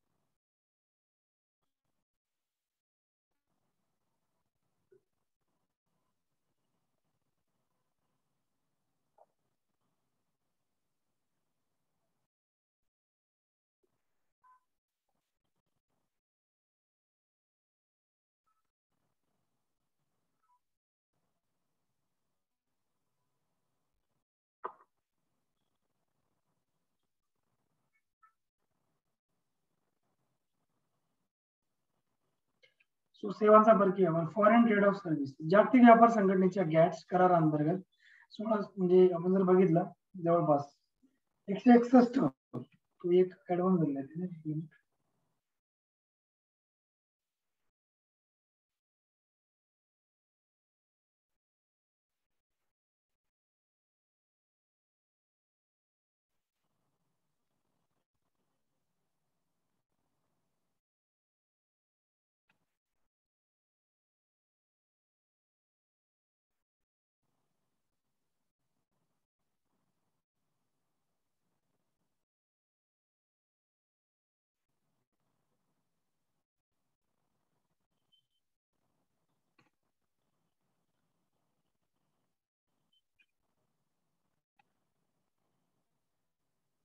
जागतिक व्यापार संघटनेचा गॅटचा फुल फॉर्म कोणी सांगेल मला?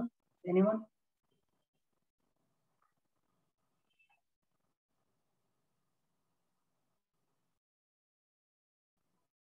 एक्चुअली हा जो गॅट आहे हा डबल टी वाला आहे. Let me rectify it. This is G double T.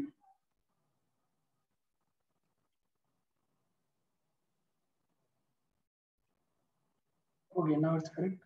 जागतिक व्यापार संघटनेच्या म्हणजे गॅट करार अंतर्गत 161 व्यापार योग्य सेवांचा समावेश हा करण्यात आलेला आहे. त्यापैकी बऱ्याच सेवांच्या व्यापारात भारताने जगात आपले स्थान निर्माण केलेले आहे. ठीक आहे. So now tell me what is GATT? GATT, what is it? उद्याच्या क्लासमध्ये मी तुमचा महाराष्ट्राचा हिस्ट्री स्टार्ट करणार आहे. ठीक आहे, पहिल्या चॅप्टर पासून. ठीक आहे सर, बुक नाही आमच्याकडे. मी देईन ना नोट्स. ऍक्च्युली आपल्या बऱ्याच नोट्स पेंडिंगच आहेत, मी पाठवलंच नाही तुम्हाला. सर, एक सांगायचं होतं. हा, एक ऍक्च्युली अशोक सरांना सांगितलं होतं मी, महाराष्ट्राचा इतिहासचं बुक नाही मिळालंय. पण सर म्हणाले भारताचा इतिहास दिलाय ना त्यातच आहे. तर मी त्यांना सांगितलं की सर त्यात नाहीये. सर एक रिक्वेस्ट होती की तुम्ही त्यांना जरासं प्लीज सांगाल तर बरं होईल. बरं ठीक आहे, चालेल, सांगून द्या मी. ठीक आहे, ओके सर. चालेल. महाराष्ट्राचा मी उद्या समाज सुधारणा चालू करतो. सगळे जेवढे आहेत काही आपण घेतलेले आहेत ना, गोपाळकडे सगळं घेतलं होतं का? नाही सर. बरं बरं. न्यायमूर्ती महादेव गोविंद रानडे घेतलं होतं? नाही सर. राजश्री शाहू महाराज? नाही. डॉक्टर बाबासाहेब आंबेडकर? नाही. महर्षी धोंडो केशव कर्वे? नाही सर. अण्णाभाऊ साठे? तो पण नाही झाला. भाऊराव पाटील पण नाही झाला. ठीक आहे. नाही सर. सावरकर, विनायक दामोदर सावरकर, बाकी बरेच इम्पॉर्टंट आहे. येऊया आपण नेक्स्ट. महात्मा गांधी फक्त झालं होतं सर. अच्छा, महात्मा गांधी झालाय का?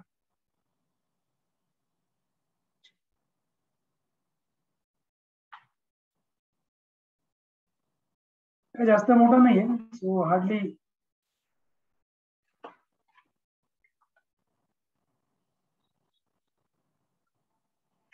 दहा चॅप्टर्स आहेत. 10. जे मोठा म्हणजे खूप मोठा आहे, त्याचं पुस्तक तर फारच मोठं आहे. जे एक एक चॅप्टर मध्ये खूप सारं कंटेंट आहे. ठीक आहे, बघूया.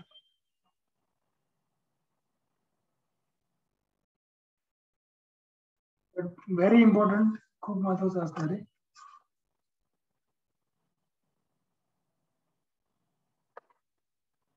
हे आपण कम्प्लीट करू. So will discuss about it. GATT आहे general agreement on tariff and trade. तुम्हाला माहिती आहे गॅटचं नामकरण आता चेंज झालंय.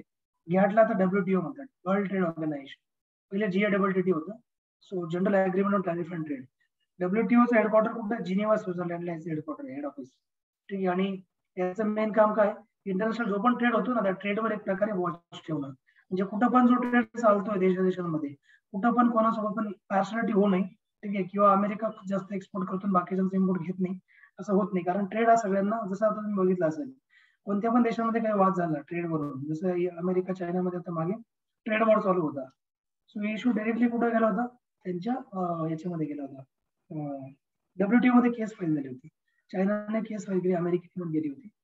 Generally China is economically expanding. ठीक आहे, म्हणजे एक्सपान्शन खूप त्याचं प्रचंड प्रमाणात होत आहे. ते कुठेतरी अमेरिकेला वाईट वाटलं आणि तो मग अमेरिकेचं म्हणणं सगळ्यात जास्त यांचं इम्पोर्ट तर आम्हीच घेतो, इम्पोर्ट अमेरिकाच करतो चायना सगळ्यात जास्त.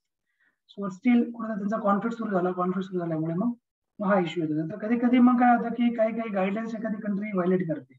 ऑलरेडी आपल्याकडे आहे, मग कशाला बाकीच्या देशाकडून आपण इम्पोर्ट करायचं? पण इम्पोर्ट हे करणं गरजेचं आहे प्रत्येक देशाला, बाकीच्या देशांकडून. असं नाही की नुसतं एक्सपोर्टच करणार. ठीक आहे.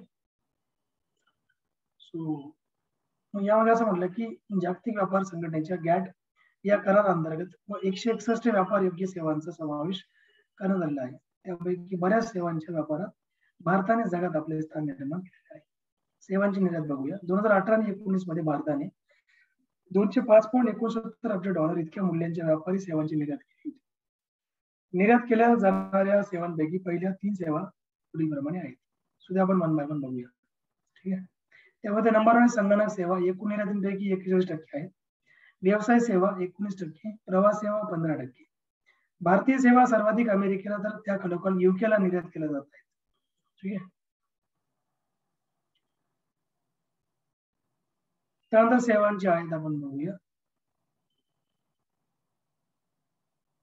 2018 आणि 19 मध्ये भारताने $125.46 अब्ज इतक्या मूल्यांच्या व्यापारी सेवांची आयात केली. आयात केल्या जाणाऱ्या व्यापारी सेवांपैकी पहिल्या 3 सेवा पुढीलप्रमाणे आहेत. नंबर 1 व्यवसाय सेवा 31%, प्रवास सेवा आहे 17% आणि वाहतूक सेवा आहे 15%. ठीक आहे. म्हणजे भारताला सेवांच्या व्यापाराबाबत नेहमी व्यापार शेष प्राप्त होतो आणि त्याचा वापर वस्तू व्यापारातील तूट भरून काढण्यासाठी केला जातो.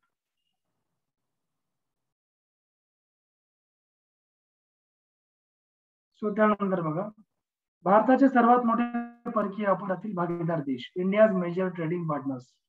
भारताच्या एकूण परकीय व्यापारांपैकी आयात प्लस निर्यात काही महत्वाच्या देशांचा हिस्सा हा टक्केवारीमध्ये तक्त्यात दिलेला आहे. या तक्त्यावरून पुढील बाबी दिसून येतात. पहिला आहे बघा, याच्यामध्ये 2017-18 मध्ये भारताच्या 5 प्रमुख व्यापारी भागीदार देशांचा जे 5 मेजर ट्रेडिंग पार्टनर भारताच्या एकूण व्यापारातील हिस्सा होता तो 33.68% होता. पहिल्या 15 देशांचा हिस्सा हा 58.64% इतका होता.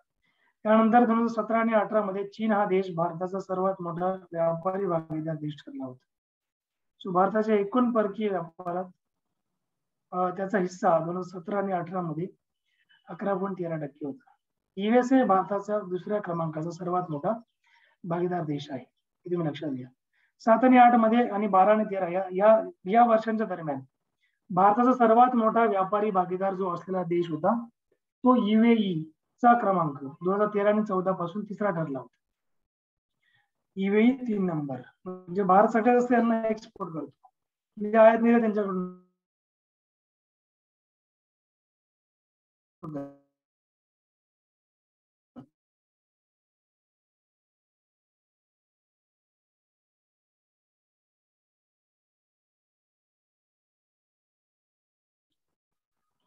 भारताच्या एकूण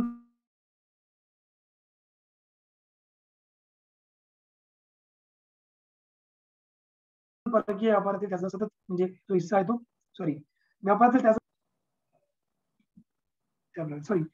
व्यापार सतत कमी होतो विकत आणि ते क्रूड ऑइलला पक्क करून ते मग भारत एक्सपोर्ट करत असतो. आणि एक्सपोर्ट जे आहे ते आपलं कमी आहे as compare to this countries. हे खूप एक्सपोर्ट करतात हे देश, परंतु आपलं जे एक्सपोर्ट आहे हे कमी आहे क्रूड ऑइलचा एक्सपोर्ट.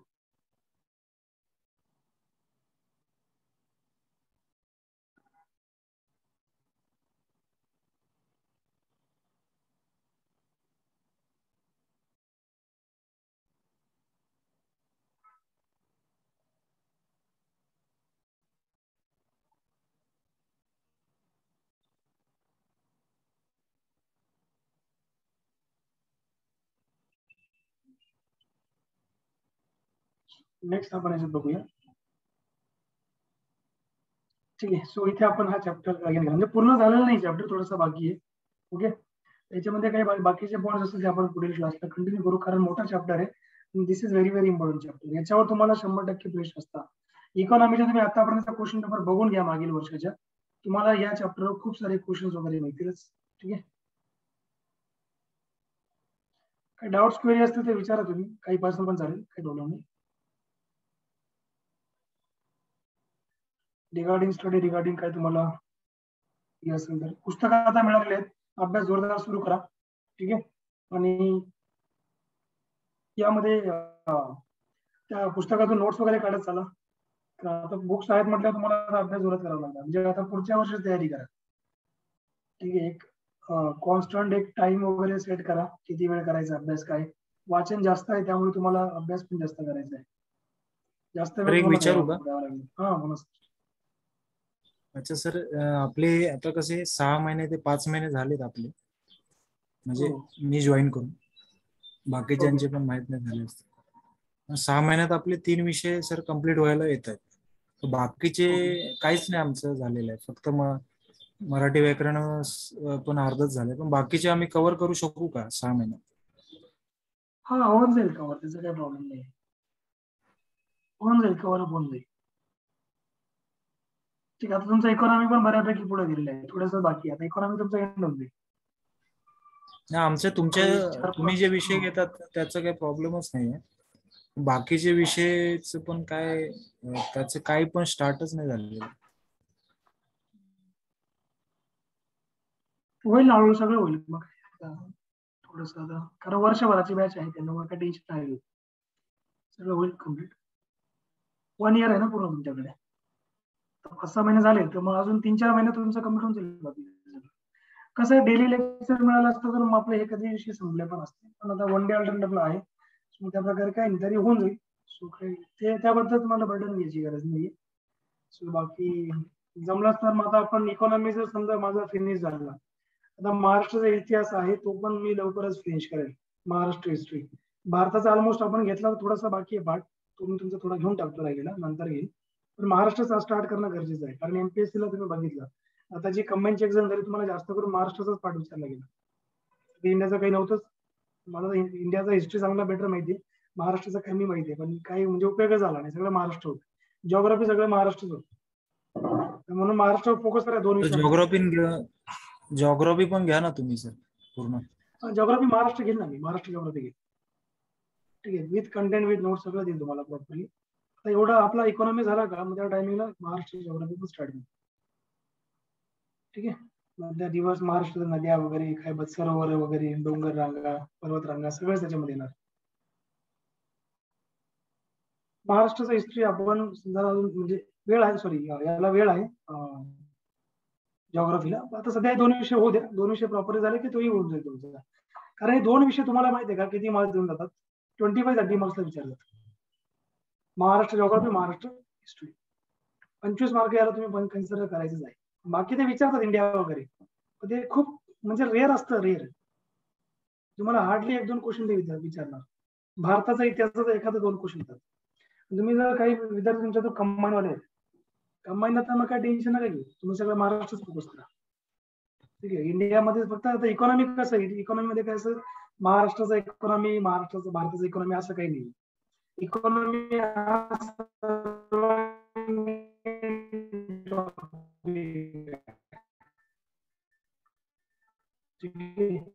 त्यामुळे तिथं काही तुम्हाला बर्डन घ्यायची गरज नाही. टेन्शन घेऊ नका. ठीक आहे विश्वनाथ सर.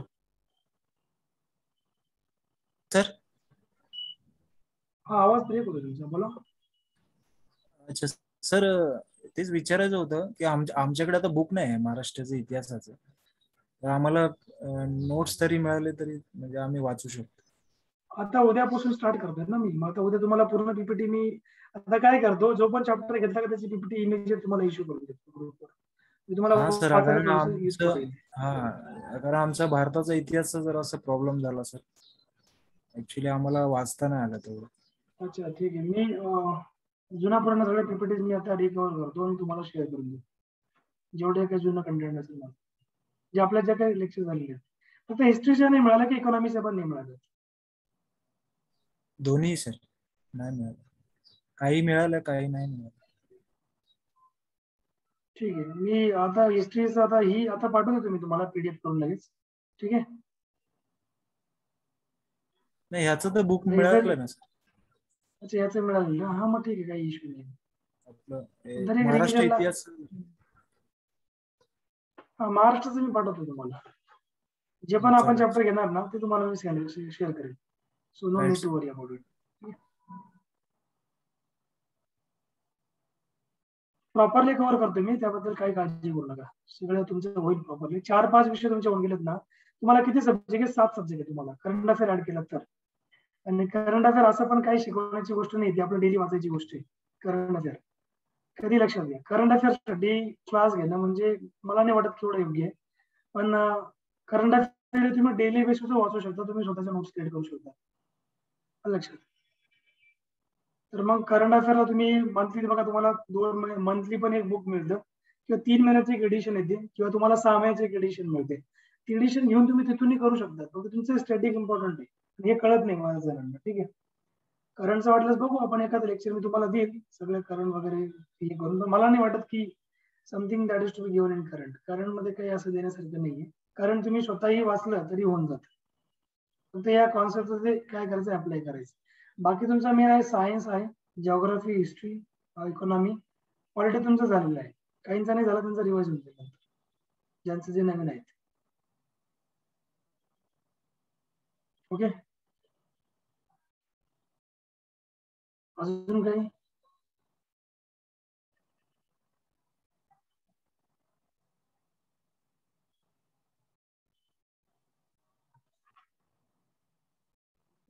अजून कोणाला काही डाऊट आहे, क्वेरी आहे?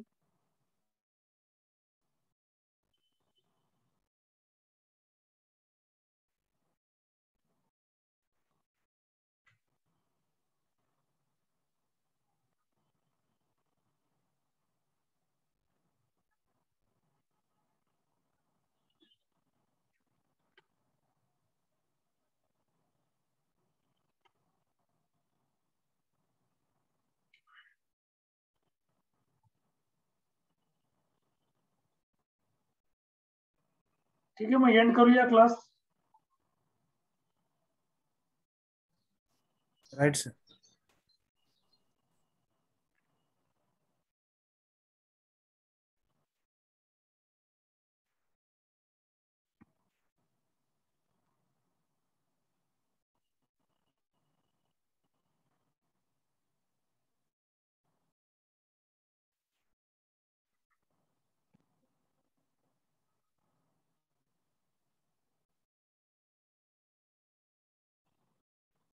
Yes, welcome all. सो चला आपण एंड करूया क्लास. Thank you so much. भेटूया उद्याच्या क्लासमध्ये. उद्या मॉर्निंगला तुमचा हिस्ट्री राहील.